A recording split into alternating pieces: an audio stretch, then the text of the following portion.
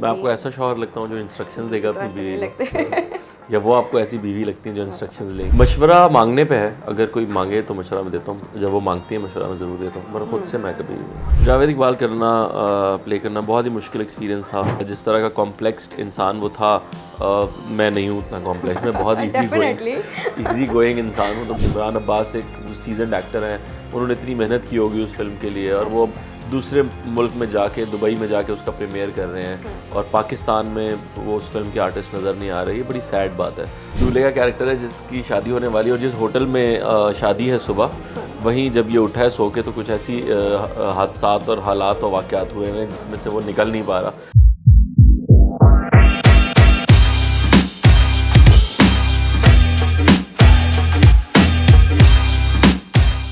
Hi, this is Kahkashan Bukhari and you are watching me on Geo digital. आज जो मेरे guest हैं उनका इंटरव्यू लाइन अप करने के लिए काफ़ी टाइम से हम तैयारी कर रहे थे। उनकी कुछ फिल्म्स भी आ रही थी, प्रमोशंस भी हो रहे थे, और मैंने यही ऑब्ज़र्व किया है कि जब किसी स्टार की कोई फिल्म आ रही होती है तो प्रमोशंस में इंटरव्यू हो जाते हैं, और इसी तरह हमने कोशिश की और फाइनली आज इंटरव्यू हो गया है। यासिर हुसैन आज हमारे गेस्ट हैं। अस्सलाम वालेकुम। वालेकुम अस्सलाम। कैसे हैं आप?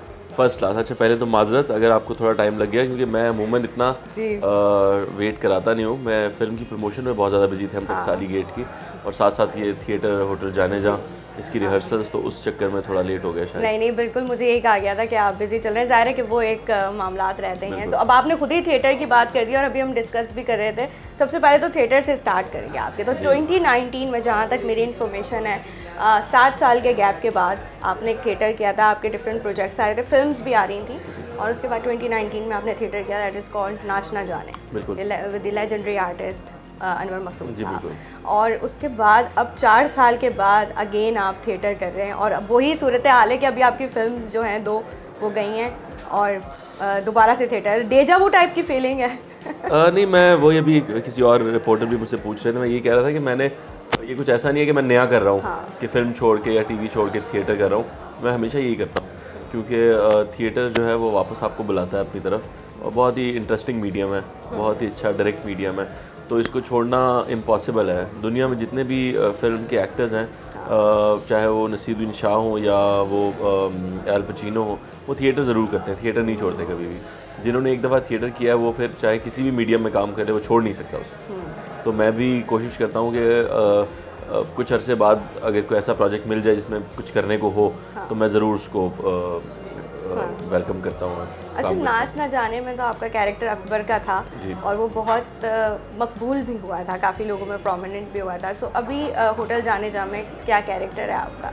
दूल्हे का कैरेक्टर है जिसकी शादी होने वाली है, और जिस होटल में शादी है सुबह, वहीं जब ये उठा है सो के तो कुछ ऐसी हादसात और हालात और वाक़यात हुए हैं जिसमें से वो निकल नहीं पा रहा। और फार्स है, कॉमेडी ऑफ एरर है, तो उसमें बहुत वो झूठ पे झूठ बोल रहा है और बचाने की कोशिश कर रहा है अपने आप को। उसकी दुल्हन भी वहाँ आ गई है, दुल्हन की माँ भी आ गई है, उसका दोस्त भी आ गया है, और होटल का स्टाफ भी आ गया है, और वो सबको एक दूसरे से छुपाता फिर रहा है। और एक लड़की है जो न जाने कहाँ से आ गई है वहाँ पे, और वो इस तरह की कहानी है कुछ। तो काफ़ी कॉमेडी ऑफ एरर्स है, और बहुत मज़े का ड्रामा है। और इसमें आपके साथ साथ कौन है कास्ट में? इसमें मेरे साथ आर्ट्स काउंसिल के ही सारे जो ग्रेजुएट आर्टिस्ट हैं वो हैं, और टीवी से इसमें उमर आलम है और फ़िज़ा हैं। तो ये 2 लोग हैं, बाकी सारे आर्ट्स काउंसिल के लोग हैं, और डायरेक्टर जो हैं वो भी यहीं से है, आर्ट्स काउंसिल से ही है। अच्छा, हमेशा बहुत सारे आर्टिस्ट के साथ ऐसा होता है कि जब वो कुछ टाइम लेकर दोबारा फिल्म्स करते हैं या टीवी करते हैं तो थोड़ा सा उन्हें एडजस्ट होने में टाइम लगता है, लेकिन आप थिएटर से वाबस्ता रहें और अब कुछ गैप के बाद थिएटर करें तो कुछ डिफरेंट फीलिंग है, या स्टेज उसी तरह फील हो रहा है? नहीं, अभी तक तो रिहर्सल चल रही है, तो स्टेज को उस तरह से देखा नहीं है, लेकिन मैं स्टेज प्लेस देखता रहा हूँ बीच में। और जैसे ड्राइविंग आप 5 साल बाद भी करें तो भूलते नहीं हैं, आपको पता होता है क्लच ब्रेक क्या है, तो उस तरह ये चीज़ें भूली तो नहीं जा सकती। आपको बस एक दफ़ा दोबारा से थोड़ी सी प्रैक्टिस करनी होती है, और थिएटर तो है ही, इट्स ऑल अबाउट प्रैक्टिस। आप जितनी ज़्यादा अपनी लाइंस को प्रैक्टिस करते हैं, मूव्स को प्रैक्टिस करते हैं, तो इंशाल्लाह आप देखेंगे तो आपको अंदाज़ा नहीं होगा कि पहले भी जब मैंने 7 साल बाद प्ले दोबारा किया था तो भी किसी को पता नहीं चला था कि 7 साल बाद किया। कोशिश यही करेंगे। हाँ जी, कोशिश यही है। और ये कब से स्टार्ट हो रहा है? ये इंशाल्लाह ईद के बाद स्टार्ट होगा। चलिए, अब जो जितने देखने वाले हैं थिएटर के शौकीन, कराची में बड़ी कम सरगर्मियाँ रह गई हैं थैंक्स टू आर्ट्स काउंसिल के। यहाँ पे थिएटर होते रहते हैं। अच्छा, बात करते हैं कुछ आपकी अभी फिल्म जो टकसाली गेट आई है, क्योंकि कहानी एक मर्डर की है जो हीरा मंडी में होता है जी। और सबसे इंटरेस्टिंग चीज़ इसमें ये है कि आपने एक ऐसे डायरेक्टर पर भरोसा किया जिनके पिछले कुछ जो प्रोजेक्ट्स हैं वो समझे कि उन्हें कह सकते हैं कि स्ट्रगलिंग फेज़ में उनका काम जा रहा था, लेकिन कुकड़ी और फिर टकसाली गेट, क्या आपको लगा नहीं कि मैं एक रिस्क ले रहा हूँ, पता नहीं फिल्म चले नहीं चले? देखिए, फ़िल्म तो पाकिस्तान में रिस्क ही है और फिल्म दुनिया भर में रिस्क है। फिल्म का नहीं पता चलता कि वो चलेगा या नहीं चलेगी फिल्म। बहुत अच्छी फिल्म भी फेल हो जाती हैं बॉक्स ऑफिस पे और मैं फेलियर से तो कभी नहीं डरता। बस मुझे ये होता है कुछ नया काम करने को मिले। कुकड़ी की जहाँ तक बात है तो कुकड़ी वो बाद में बनी, मैं तो जावेद इकबाल नाम की फ़िल्म की थी और वो बाहर भी गई थी और अवार्ड भी लेकर आई। उसके बाद वो कैसे कुकड़ी बनी और रिलीज़ हुई और क्या हुआ वो मुझे बिल्कुल आइडिया नहीं है, मेरा उससे तो कोई लेना देना नहीं है। वो एडिट के नीचे से गुजर के और सेंसर बोर्ड ने जितने उसमें कट्स लगा दिए और चीज़ें कर दी, उसके बाद वो फिल्म से मेरा कोई लेना देना नहीं है। लेकिन उससे पहले जो फिल्म जावेद इकबाल थी, हाँ वो मैंने एक फिल्म की थी और it was a good movie. अच्छा, बीइंग एन आर्टिस्ट मैं आपसे ये सवाल इसलिए पूछ रही हूँ कि हम तो इस बारे में लिखते भी रहते हैं और लोगों से भी राय लेते रहते हैं कि जो बैन कल्चर है पाकिस्तान का, उसने बहुत लोगों को नुकसान पहुंचाया है। लोग एंटरटेनमेंट से भी थोड़ा दूर हुए, उस तरह से सिनेमास पर भी फ़र्क पड़ा। लेकिन बीइंग एन आर्टिस्ट सबसे ज़्यादा अगर कोई इस चीज़ से हर्ट होता है तो मेरा ख्याल है वो आर्टिस्ट है। So what do you think about this ban culture? देखिए, बैन कल्चर जो है फिल्म के लिए बड़ा नुकसानदेह है। पहली हमारी इंडस्ट्री बिल्कुल ही नीचे जा रही है और मैं ये नहीं कहूँगा कि हमारी इंडस्ट्री फेल हो रही है, क्योंकि फिल्में हमारी काम कर रही हैं, वो अपने पैसे पूरे कर रही हैं, इसलिए और फिल्म्स बन रही हैं। वरना कोई भी प्रोड्यूसर अपने सामान बेच के तो फिल्में नहीं बना रहा। जो भी प्रोड्यूसर बार बार मूवीज़ बना रहा है, चाहे वजात रऊफ़ हों या यासिर नवाज़ हों या हुमायूं सईद हों या कोई भी और प्रोड्यूसर हो, वो फिल्में बना रहे हैं तो इसका मतलब उनकी फिल्म चल रही हैं। पिछली फिल्में पैसे पूरे करती हैं तो नई फिल्म बनती है। तो मैं तो इनकरेज करूँगा नए इन्वेस्टर्स को, नए प्रोड्यूसर्स को कि वो आएँ और फिल्म इंडस्ट्री में कोई एक बिज़नेस की तरह देखें। ये बड़ा अच्छा बिज़नेस है। हमारी फिल्म अभी टकसाली गेट माशाल्लाह कामयाब फिल्म है और कामयाबी से चल रही है, प्रोड्यूसर भी बहुत खुश है। तो फिल्मों को बनते रहना चाहिए। बहुत सारी ऐसी कहानियाँ हैं जो आप फिल्म में ही देख सकते हैं, आप ड्रामे में नहीं देख सकते। ऐसा ही है। तो ड्रामे का फॉर्मेट ही वो नहीं है। 35, 36, 40 किस्तों में तो आप कहानी को समझ ही नहीं पाते। तो ये फिल्म ही होती है, इसमें 1.5 घंटे में, 2 घंटे में, 2.5 घंटे में आप एक कहानी को अच्छे से समझ पाते हैं। या थिएटर पे होता है, थिएटर की मार्केट ज़ाहिर रीच उतनी ज़्यादा नहीं है। आप कराची में थिएटर हो रहा है तो लाहौर वाले और इस्लामाबाद वाले नहीं देख सकते या बाकी शहरों वाले नहीं देख सकते। फिल्म ऐसी चीज़ है कि कहीं भी कोई भी देख सकता है। तो आई थिंक फिल्म को सपोर्ट करना चाहिए और ये बैन वैन वाला कल्चर जो है, ये इससे हमें बाहर निकल आना चाहिए। दुनिया भर में क्या हो रहा है, लोग कहाँ जा रहे हैं और हम हलवे की कमीज़ों पे लगे हुए अभी तक। तो आई थिंक थोड़ा सा बाहर निकला जाना चाहिए। हाँ।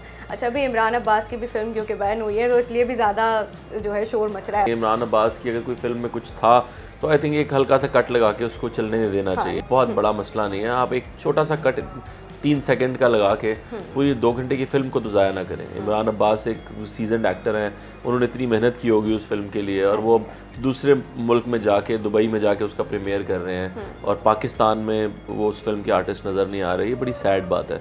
हालांकि इमरान की और हमारी फिल्म एक साथ ही रिलीज़ हुई है। मेरे सीनियर हैं वो और मैं बड़ा दिल से उनको मुबारकबाद देता हूँ क्योंकि बड़ी खूबसूरत सी फिल्म लग रही है वो देखने में। अभी तक तो मैं नहीं देख सका, लेकिन ट्रेलर वगैरह से बड़ा अच्छा लग रहा है कि वो बहुत इंटरेस्टिंग फिल्म शूट हुई है। तो मुझे बड़ा अफसोस है कि उनकी फिल्म को बैन किया गया। ये बैन कल्चर से हमें बाहर निकल जाना चाहिए। अच्छा, आपके अगर हम थोड़ा काम की बात करें तो संजीदा कैरेक्टर्स आपने इससे पहले भी किए हैं। टकसाली में जो आपका कैरेक्टर रहा है या आपने जावेद इकबाल का जो कैरेक्टर प्ले किया, क्योंकि अभी नेटफ्लिक्स पर बड़े सीरियल किलर की कहानियाँ देखी जाती हैं, लोग पसंद करते हैं और ये कैरेक्टर्स इस तरह के जब एक आर्टिस्ट प्ले करता है तो उसे भी पूरी उसी थीम में, उसी वाइब में जाना पड़ता है। सो जावेद इकबाल प्ले करना आपके लिए कैसा एक्सपीरियंस रहा? जावेद इकबाल प्ले करना बहुत ही मुश्किल एक्सपीरियंस था। रमान दा ड्रामा तो तुसी मैनू इंज दे रहे हो जिवें तुसी अपनी जान ते खेड के मैनू पढ़ के ले आए हो। और ऐसे characters I think her actor की ज़िंदगी में 1 या 2 दफ़ा ही लकी हो तो 2 दफ़ा होते हैं। तो मेरी ज़िंदगी में इस तरह के कैरेक्टर्स मुझे मिले हैं और मैं बड़ा लकी समझता हूँ अपने आप को कि वो कैरेक्टर मेरे हिस्से में आया। और वाकई बहुत मुश्किल कैरेक्टर था। जिस तरह का कॉम्प्लेक्स्ड इंसान वो था, मैं नहीं हूँ उतना कॉम्प्लेक्स, मैं बहुत इजी गोइंग इंसान हूँ, तो मुझे वो सब कुछ बनाने में बड़ी मेहनत करनी पड़ी। और सैडली वो फिल्म उस तरह से लोगों तक नहीं पहुँच सकी जैसे पहुँचनी चाहिए थी, बट वो फिल्म आज भी कहीं ना कहीं मौजूद है और आई थिंक लोग उसे देखेंगे तो उन्हें अंदाज़ा होगा कि उसमें क्या काम हुआ था। आपके डायरेक्टर ने कहा था कि आपसे बेहतर कोई जावेद इकबाल प्ले कर ही नहीं सकता था। वो हर एक्टर के बारे में यही कहते हैं, तो इसलिए मैं उनको इतना सीरियसली नहीं ले रहा। Oh my God. अच्छा चलिए बैक टू टकसाली। इसमें आप एक पिम्प का कैरेक्टर कर रहे हैं। जी बिल्कुल। और इस तरीके के जो कैरेक्टर्स होते हैं ये बड़े लाउड होते हैं, बड़े बोल्ड होते हैं, एंड कुछ एक्टर्स से जब हमारी बात हुई उन्होंने कहा कि हम सरप्राइज रहेंगे, इतना बोल्ड काम भी हमने देखा है, एक्सपीरियंस किया है। तो व्हाट डू यू थिंक कि ये अवाम इस चीज़ को किस तरह लेती है, और फिर ऐसा होता है कि बहुत से कैरेक्टर्स के साथ आपकी वाइफ जुड़ जाती है हमेशा के लिए, तो थोड़ा सा आपको लगता है कि डिफ़िकल्ट होता है? मैंने हमेशा कहा है कि जो अच्छे एक्टर होते हैं उनके लिए कभी किसी कैरेक्टर की छाप नहीं लगती, क्योंकि वो दूसरा कैरेक्टर इतना नया कर देते हैं। लाइक जावेद इकबाल के बाद ये कैरेक्टर एक बिल्कुल डिफरेंट कैरेक्टर है, या जावेद इकबाल से पहले अगर आप देखें तो मैंने एक सिंधी वडेरे का कैरेक्टर किया था, या उससे पहले अगर आप देखें तो मैं मोती बना हुआ था एक फिल्म के अंदर, यू नो।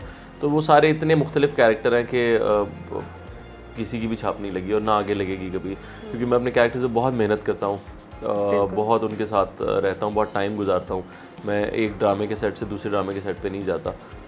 मैं एक साल में एक ही फिल्म करता हूँ या 2 साल में एक फिल्म, तो आई थिंक ये बहुत ज़्यादा टाइम होता है आपको नया कैरेक्टर बनाने के लिए, और वक्त ही चाहिए होता है आर्टिस्ट को, जो आर्टिस्ट के पास नहीं है आजकल।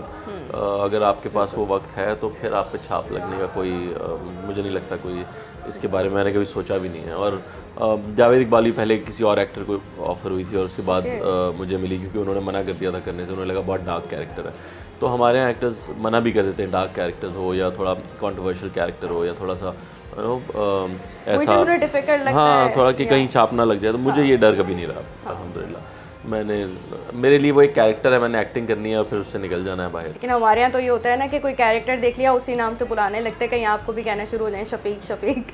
मेरे लिए कामयाबी है ये। अगर कोई मुझे ऐसे कहेगा तो मुझे याद है जावेद इकबाल के टाइम पे कई दफ़ा मुझे जावेद जावेद की आवाज़ें लगी हैं, तो ये तो अच्छी बात है, इसमें कोई बुरी बात नहीं है। अच्छा, अब मैंने सुना है कि बड़ी आपने एक्सेंट पर भी मेहनत की थी, क्योंकि हमारे यहाँ अगर थोड़ा सा हम पीछे बात करें तो पंजाबी को लेकर हमेशा हमारे आर्टिस्ट बड़े संजीदा भी होते हैं और फिर लोग बड़ा क्रिटिसाइज़ भी करते हैं अगर उसको किसी भी लहजे को अगर आप सही तरह अदा ना कर सके तो, और फिर स्क्रीन पे आप काम कर रहे हैं। सो मैंने जो सुना है वो बात ये थी कि हम ढाबे पे बैठे थे और उसमें से हमने लोगों के एक्सेंट सुन के उसमें से पिक किया गया जो आपको सबसे ज़्यादा पसंद आया लोगों का एक्सेंट पंजाबी का। आप लोगों ने ब्रॉथल्स भी विज़िट किए? हाँ जी, हमने लाहौर काफ़ी घूमा उसके लिए, मगर ये चीज़ें जो है ऐसे नहीं उठाई जाती, इस पर ये सालों की मेहनत होती है, दिमाग में कहीं रह जाती हैं कुछ चीज़ें जो आप निकालते हैं वापस और उसको रिवाइव करते हैं और उसको फिर उसको यूज़ करते हैं। ये आपकी रोज़ की जो डेली की ऑब्जर्वेशन है उसमें से ही चीज़ें निकल आती हैं दोबारा। ना आप तो इस तरह कह रहे हो जिस तरह आपके धंधे की वजह से हमें रोज़ फूलों के हार चढ़ते हैं।